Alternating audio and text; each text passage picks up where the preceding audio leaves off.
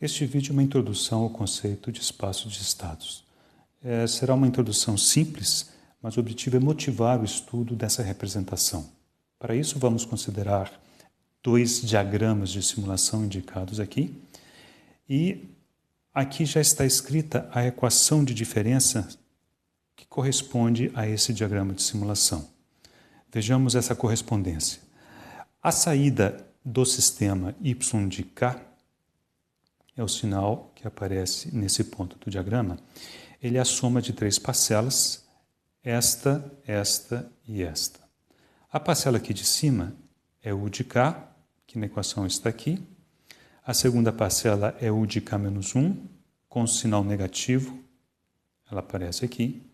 E, finalmente, temos a terceira parcela, y de k menos 1, que aparece também com sinal negativo. Então, as três parcelas estão indicadas na equação.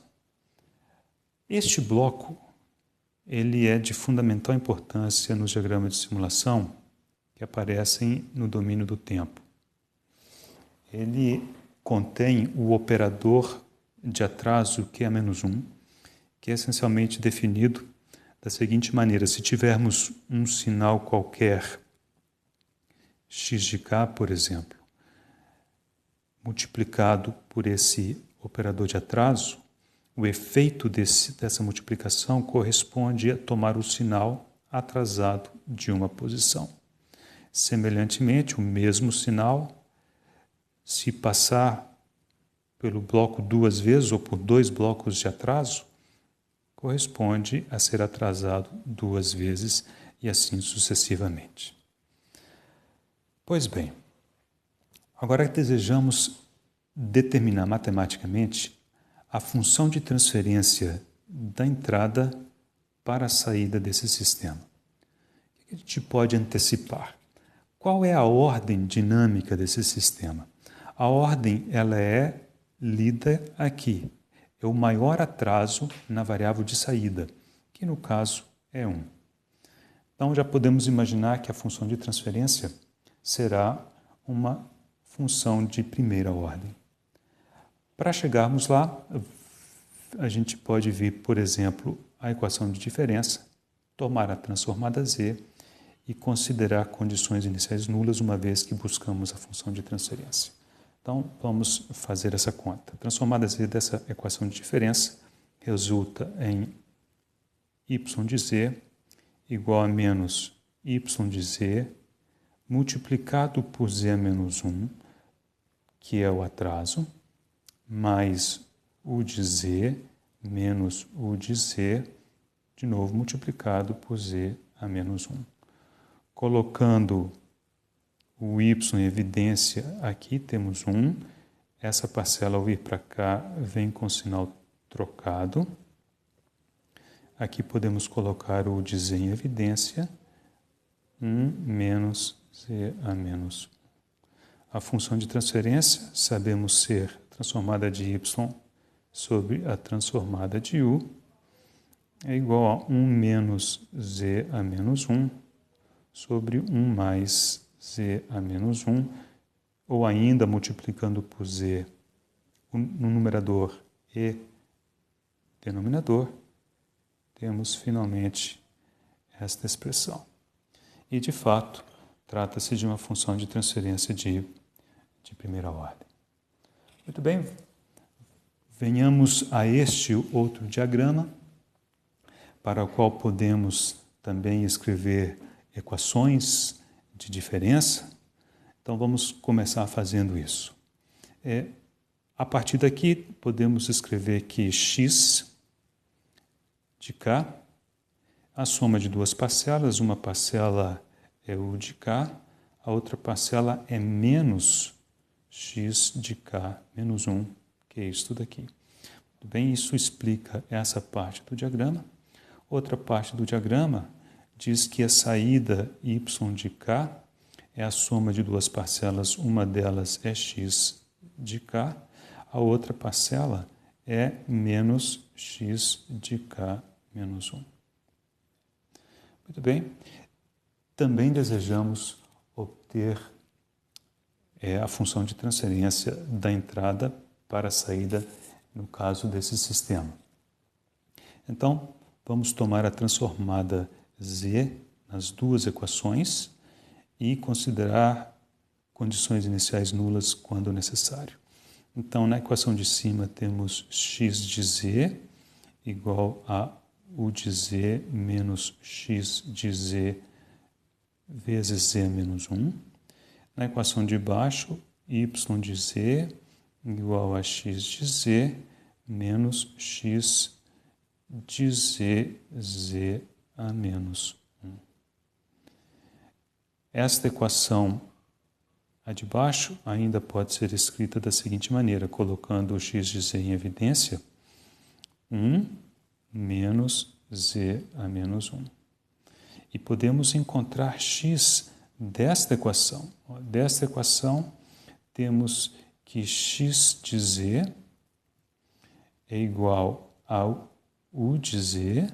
Agora, colocando o x de z em evidência, aqui teremos 1 mais z a menos 1, que aqui aparece, então, no denominador. Substituindo esse x de z aqui e colocando o u de z debaixo do y, temos, então, que y de z sobre u de z é igual a esta parcela, 1 menos z a menos 1, sobre 1 mais z a menos 1, que é precisamente esta de cá, que pode ser reescrita desta maneira. Ora, temos dois sistemas com representações diferentes e que possuem a mesma função de transferência. Voltemos à questão da ordem do sistema. Já havíamos discutido que nesse sistema aqui, no primeiro aqui à esquerda, a ordem é 1. Isso foi confirmado pela ordem da função de transferência e também pelo máximo atraso que aparece na variável y. Contudo, como explicar então que temos dois blocos de memória, dois blocos de atraso? Nós logo percebemos que essa representação ela não é uma representação compacta, ela não é uma representação mínima, vamos dizer assim. Nesse sistema à direita, né, que é um sistema de primeira ordem, porque vemos que sua função de transferência é realmente uma razão de polinômios e o denominador é de ordem 1, ela só tem um bloco. Então, certamente, uma representação mais compacta para representar a mesma relação de entrada e saída. Qual foi o preço pago para esta representação ser um pouco mais compacta? Observe que aqui, à esquerda, as únicas variáveis que aparecem são as entradas e as saídas. Aqui foi gerada uma variável auxiliar interna, que é a variável x. Além da entrada, além da saída, agora passamos a ter variável interna x de k e a sua versão atrasada de 1, x de k menos 1. Essa variável interna será reconhecida, será chamada como uma variável de estado. Então, nosso primeiro conceito relacionado à variável de estado é que são variáveis internas a um sistema, sistemas que a gente costuma pensar em termos apenas de entrada e saída. Agora nós vamos começar a imaginar que além da entrada, além da saída, existem variáveis internas e essas variáveis chamaremos de estado. Vejamos então a representação padrão de um sistema linear invariante no tempo, chamamos de um sistema LIT, em tempo discreto, representado no espaço de estados.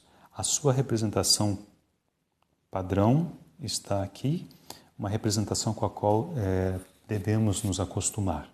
Então, aparece um vetor de estado no instante k mais 1, o mesmo vetor de estado no instante anterior aparece aqui, é aqui. Aqui temos um vetor de entradas e aqui o vetor de saídas. O vetor de entradas aparece aqui e aqui.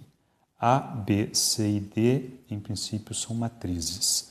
Se o vetor de estado x tem dimensão n, e se o vetor U tiver R sinais de entrada e Y tiver P sinais de saída, então um sistema multivariado, neste caso, as matrizes A, B, C e D têm dimensões definidas desta maneira. A dimensão N é a ordem dinâmica do sistema. Então, se N for 3, trata-se de um sistema de terceira ordem. Quem está aqui indicado aqui à esquerda, Henri Poincaré, ele foi um dos primeiros a utilizar o conceito de estado e do espaço de estados.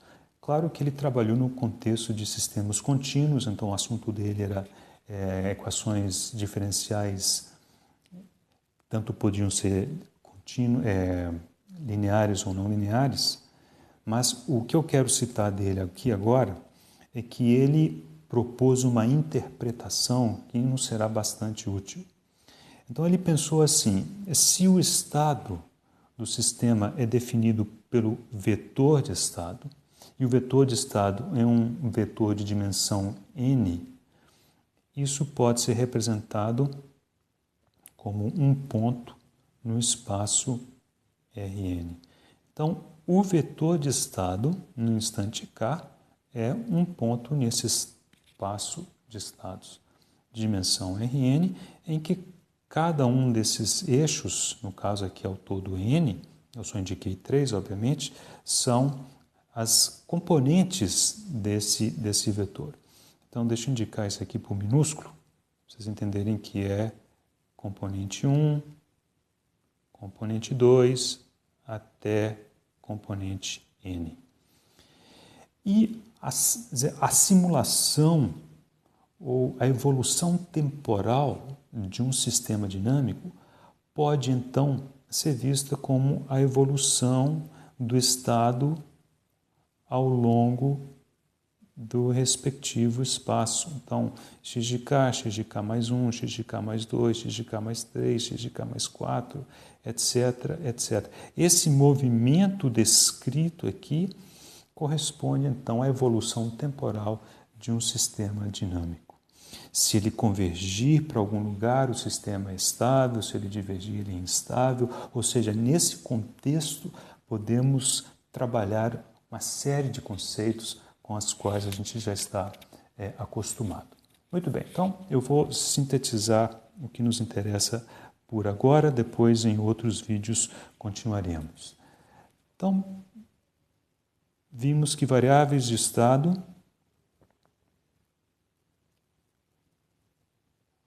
são variáveis internas ao sistema e ainda existem as entradas e as saídas. Então, além de entrada, além de saída, agora temos variáveis de estado.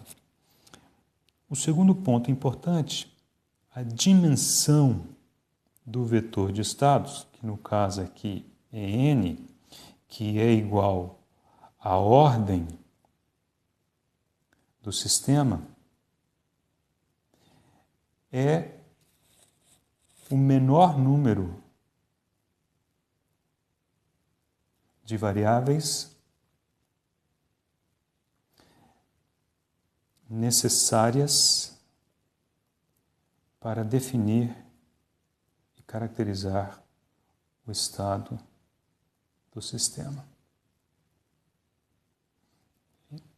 E, por fim, um aspecto que exploraremos bastante é que a representação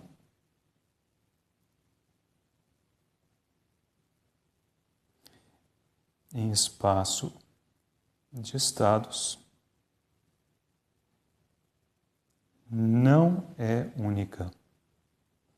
Ou seja, o mesmo sistema poderá ter matrizes A, B, C e D distintas, e a dinâmica deles será exatamente a mesma dinâmica.